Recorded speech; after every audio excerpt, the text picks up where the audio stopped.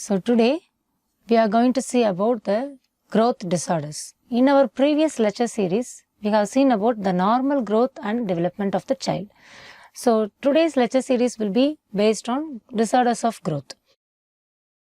So if you see the disorders of the growth, the four common causes of disorders of growth are short stature, tall stature, failure to thrive and obesity, of which this tall stature is more towards the endocrinological problem.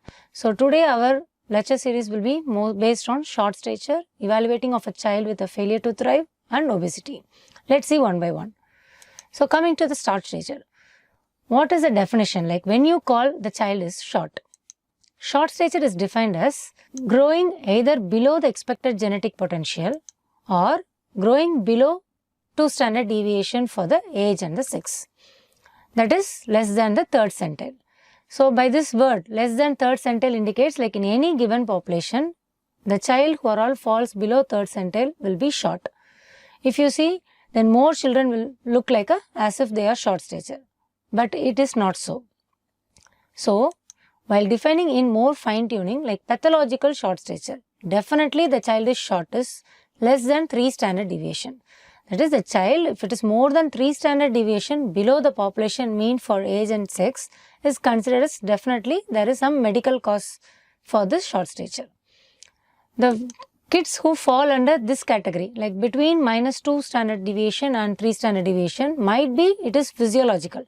Physiological in the sense we will be dealing with two frequent causes, that is constitutional growth, delay of growth and puberty, and familial short stature. In these two cases, if we see, both weight and height will be near the end of infancy till it is low only. Then suddenly in constitutional growth delay, there will be a sudden peak towards the time of adolescence. Then the child will reach the final adult height, which will be definitely normal. But in case of familial short stature, both the parents will be low, like both the parents will be small.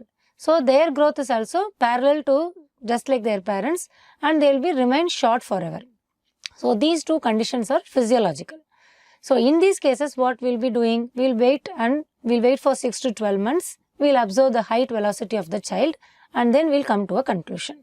So once again, by definition, the short stature is the child either growing below the expected genetic potential, or when plotting in the growth chart, the child is more than 3 standard deviation short or less than the third centile. Okay. So, what are all the common causes of decreased growth and short stature? So, more commonly it is physiological. Like already told, it is variation from the normal, which will be familial short or constitutional delay or delayed puberty. So, other systemic causes like undernutrition, gastrointestinal conditions like celiac disease, inflammatory bowel disease, and many genetic endocrine causes, the child will be remaining short. Like in case of all the congenital syndromes, for example, more common Down syndrome, Turner syndrome, Prader-Willi, and in skeletal dysplasias like achondroplasia or osteogenesis imperfecta, and in endocrinological problems like growth hormone deficiency and hypothyroidism. In all these cases, the child will be short even from the infancy period. And in metabolic bone diseases like rickets, hypophosphatasia, these are all common causes of short stature. And last but not the least, psychosocial causes, that is more common cause for short stature. And renal conditions like renal tubular acidosis, nephrotic syndrome, and because of long-term use of these medications like glucocorticoids, anti-epileptic medications, all these conditions will end up in short stature. So from the history, what are all the clues we get to narrow down our diagnosis towards the etiology? If you see from the history, if you take the antenatal, natal and postnatal history, the low birth weight will be the from the history you can get. That is more towards the small for gestational age baby, that is SGA babies. They will catch up usually normal growth by the time of 2 years. And if you see the symptoms like diarrhea, greasy stools, pointers towards malabsorption. In case of polyuria or chronic renal failure or renal tubular acidosis. In case of headache, vomiting, visual problems, some pituitary cause or hypothalamic space occupying lesions can be suggested. And in case of lethargy, constipation or sudden increase in weight gain but the child remains short, that may be due to hypothyroidism. And inadequate dietary intake or because of social deprivation, neglect, child abuse, and all these causes are undernutrition and psychosocial dwarfism.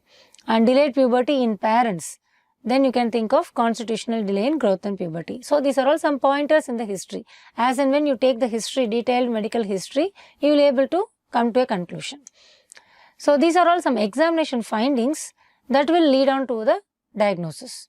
Like for example, by the appearance itself, we can see whether the child is having proportionate or disproportionately short. So that may give a clue towards the skeletal dysplasias, rickets and hypothyroidism. In case of any dysmorphic faces, then you might think of some genetic syndromes.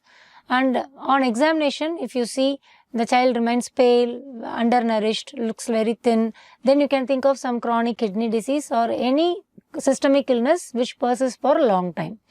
And if you measure the BP, hypertension again pointed towards the kidney disease. And if you see in general, frontal bossing, depressed nasal bridge, crowded teeth, small penis, all these are hypopituitarism. In case of central obesity and abdominal striae marks, leads to Cushing syndrome, and goiter and coarse skin, hypothyroidism. So these two slides, just an overall view I have given, like some pointers while taking the history and some findings from the examination, you can come to a conclusion. But that is not definite. We have to do a proper assessment for a child with a short stature, that we will see in the following slides. So what are all the growth parameters we will be assessing while evaluating a child with a short stature? First and foremost is we have to plot the height. And second is you have to see the height velocity, that is the rate at which the child's height is increasing. And the third is again the mid-parental height. The mid-parental height, as I think I have told you in the previous lectures, how to calculate the mid-parental height. That is, you have to add both father and mother's height. You have to divide it by 2, and by adding 6.5 centimeters to that final gives the mid-parental height for boys, and subtracting 6.5 centimeter gives the mid-parental height for girls. So that is the projected adult height.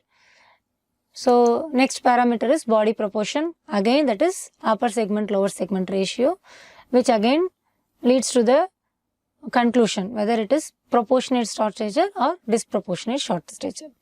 Next, you have to see the sexual maturity rating, that is SMR rating, so that you will be seeing whether only the growth is delayed or puberty is also delayed. Okay. So these are all the parameters.